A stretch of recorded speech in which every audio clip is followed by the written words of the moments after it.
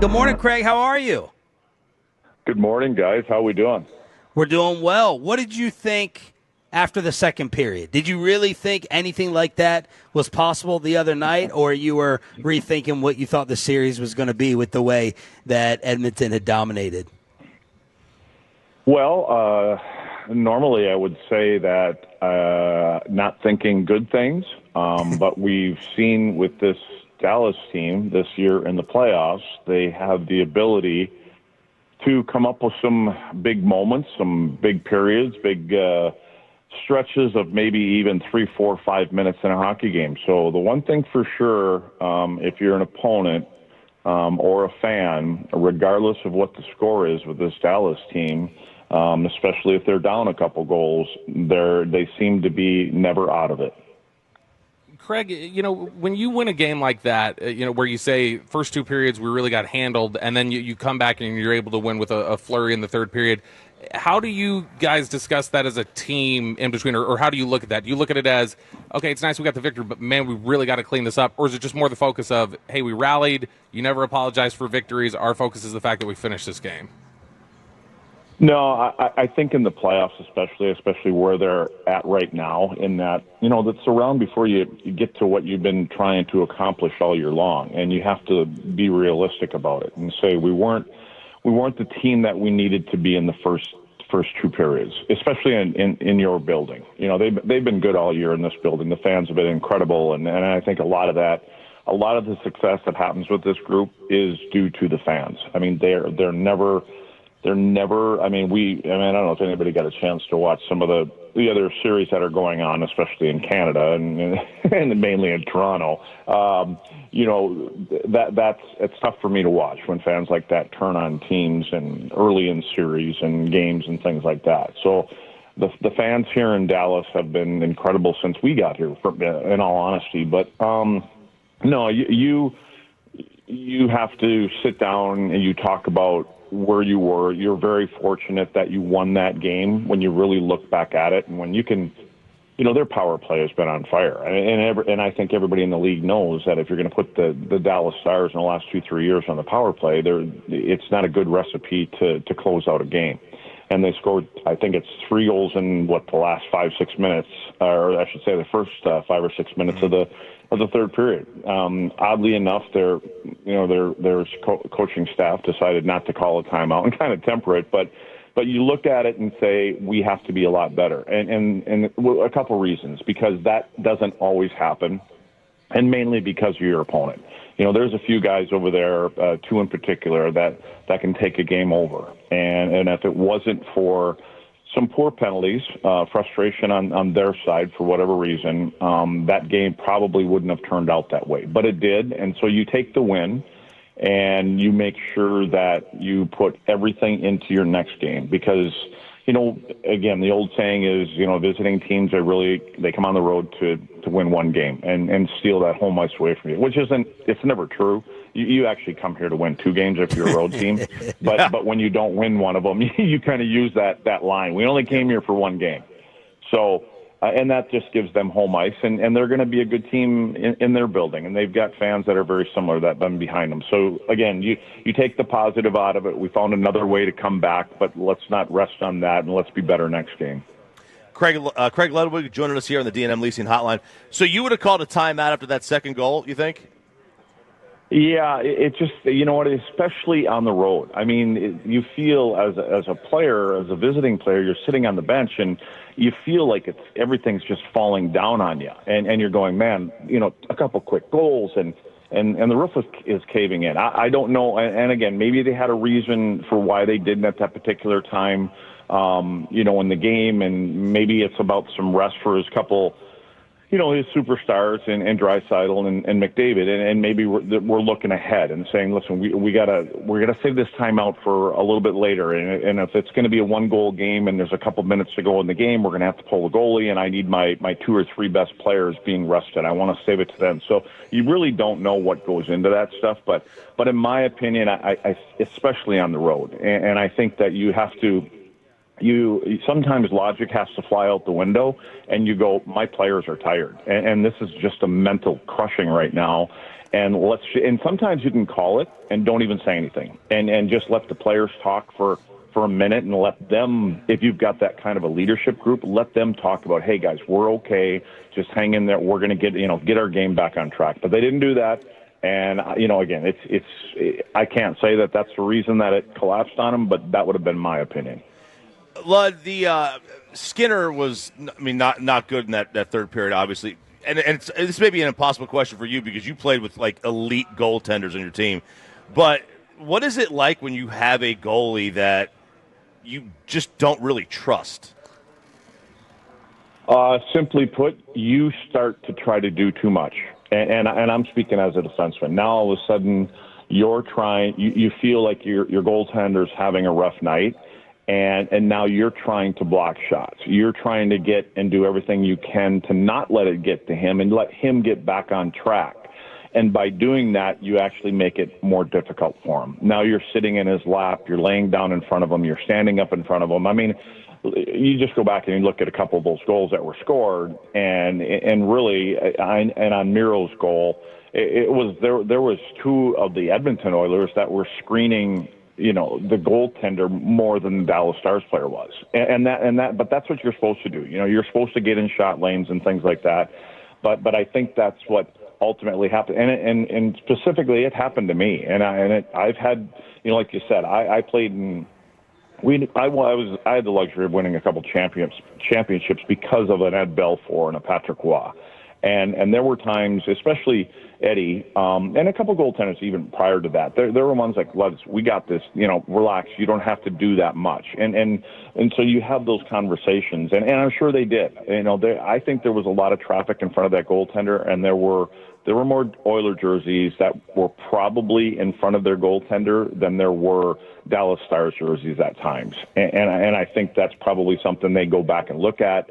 And you have a conversation with a goaltender. And I think right now, especially, they don't have another goalie here, to be honest with you. The other guy that they have, Rodriguez, he's only played in a couple games. And the guy that kind of spelled Skinner when he went through some rough patches in the first couple rounds didn't even make the trip. So they're kind of stuck with Skinner. I wouldn't say that they're stuck with him, but I mean, they're really leaning. That's the guy that's got to get him a win tonight. And so I think as much positive information as you can share with your goaltender and say, listen, yeah, we got to do a better job. We're going to try to seal these guys out before they even get in front of you and kind of start there. Stars Oilers play Game 2 this evening. We're talking about it with Craig Ludwig here on 105 Through the Fan. Okay, Craig, so one of the common things or themes that came out of the game the other night was there was just a lot of discussion about, boy, that looked like old Tyler Seguin. Like that looked like he found the fountain of youth and was just really locked in this game. How cool is it just to see, I guess, the kind of throwback performance there from Seguin and just how impressive he was in that game? It brings a smile to your face. And mainly for me personally, thinking and knowing all the things that Tyler has had to go through as far as his rehab with his surgeries and his hip injuries, and it's well documented, and what the process was that he had to go through and how hard he had to work to get back. And I think for me, the first thing that seems to come to mind when Tyler came back and he's working through it, yeah, the step isn't there like it used to be. And again, it even without the hip things, it's not going to be there like it used to be. I mean, you've been in the league for 17 years. That kind of stuff happens. But I started thinking about, unfortunately, Joe Pavelski from a year or so ago. He kind of lost that step. Had nothing to do with the injuries and things like that. But it was just Father Time is undefeated, right? And so you just look at that. And one of the things coming into this is we got between rounds 2 and 3 that I kept talking about with our guys is like, this team has to find a way to start scoring 5-on-5. And Dallas, again, luckily they got their power play goals, but they haven't been a good team 5-on-5. Special teams and goaltending, that has a big part to do with playoffs. And then when you looked at the 5-on-5 things, it needed to be some of those guys, and it's Tyler, and it's Robo, and it's Matt Duchene, and 2 of those 3 guys scored.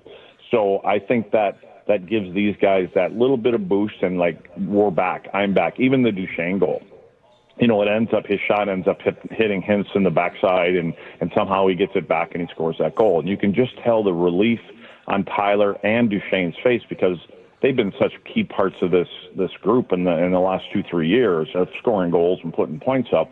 It's frustrating for them, and this is the time of the year that they want to be at their best, and hopefully now you get that little bit of bump back in your game, and your confidence is coming back that you can score.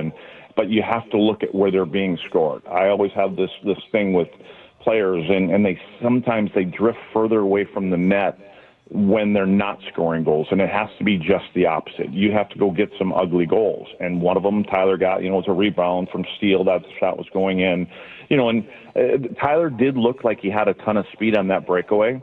And the funny thing is the guy that he outraced immediately was John Klingberg. And I said in our postgame show, when I was describing the goal, I said, well, my hip doctor is better than your hip doctor. And because he did it, John Klingberg had both of his hips done, and he went through a process himself. But Tyler did look like he was shot out of a cannon on that one, and that's all great news. Lud, we're amateurs. We follow the puck. When you're seeing the Stars' defense, how different have they been since Miro's returned? Can you notice a noticeable difference in how the defense is played? Yeah, well, I think you notice a difference from game one to the last game for Miro. Game one wasn't pretty for Miro, and you didn't expect it to be pretty. I mean, he just came off of, an injury and rehab and all that other kind of stuff. And Miro's biggest strength, obviously, is his skating ability. And I thought in game one, his skating ability forward was there. It was when he was pivoting to kind of get to somebody one-on-one, and somebody was trying to go around him. And it's in your transition and the stops and starts and things like that. And you know what? Sometimes a lot of that can be in your head more than anything, because you're not sure until you get into a real game how you can push it and what it's going to feel like when you're actually getting hit, and people know that you're coming back from an injury, and of course they're going to be hard on you. You're the best, one of the best defensemen in the league. But as he's gone from game to game, he just looks more like Miro. The difference in Miro for me, what he brings to this team, and if you're going to try to play against him and the way you set up to defend and things like that when teams are breaking out of their own zone, Miro does it differently for me. Miro does it more with his legs. And with the skating abilities that he has, he can skate by their first forechecker or their first, however they want to set up. He can skate by him. And as he starts to get closer to the neutral zone, now the other two forwards have to make some kind of a decision. Do they move to him? Do they shift a little bit? But when that happens, now their coverage starts to break down. So you've kind of broken what they try to do to defend and, turn the puck over. Well, he kind of throws a wrench into that thing. And then what Miro is so good at, once he does that with his legs, now he makes that first pass to somebody that's opened up, because now he's almost brought a player and a half to him. So there's a breakdown somewhere. And then what it really does is that it allows that your forwards, when you get the puck to move, you're almost coming in 3-on-2 at times into the offensive zone, because you've broken down one and a half of their forwards, from your end to possibly to the offensive blue line. So it creates more offense from him, just his skating ability and having people get pulled out of position. What was your original pick for the series? I had taken Dallas in 6, and I wasn't even comfortable doing that. It was more of a homer pick, to be totally honest with you. I got to be honest, because I suck at it. I really do. I suck at picking who's going to win series and stuff like that. But Edmonton was rolling coming into and I think they're going to get their game back. And they again. It was more about the way that they went about it and frustration in their game and taking the penalties and things like that. And a lot of that for me is because two of the arguably, 3-4 best players on the planet are on that team, and they look motivated through their first 2 rounds.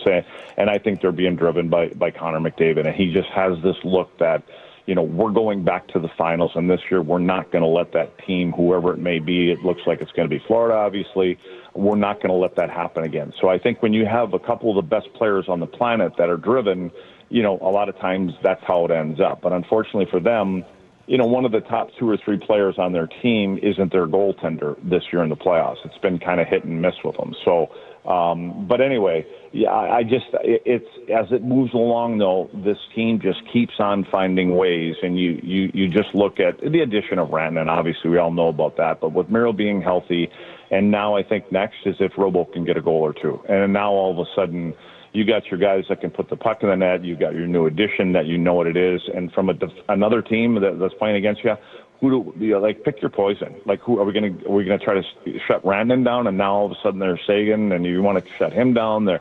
if you get Duchesne going, if you get Marchment going, you get Robo going. And again, my opinion is you get through this round. I think you already scratched the name of Jake Ottinger on the Conn Smythe Trophy. I just think he's been that good. I think Jake Ottinger, if it wasn't for him, I don't know if they'd be here, because he has made some incredible saves and gave his team an opportunity to get to the point where they are right now. And I don't see anything changing with Jake. How you covering the game tonight? What I do is I sit in our studio over at DLLS, and I do not go to the game. And if I do, I end up going to the game, and I sit there and I yap and I talk. And the next thing you know, when we get ready to do the post-game show, I don't know what the hell happened. So and I may have had a beer or two. So I prefer to sit in the studio with our producer, and we kind of go over all the things that we're going to try to show and talk about. And I trust myself better doing it that way. Craig, thank you so much. It's always a pleasure to have you on, man. Enjoy tonight and the rest of the series. Thank you. All right, guys. Thanks. Anytime.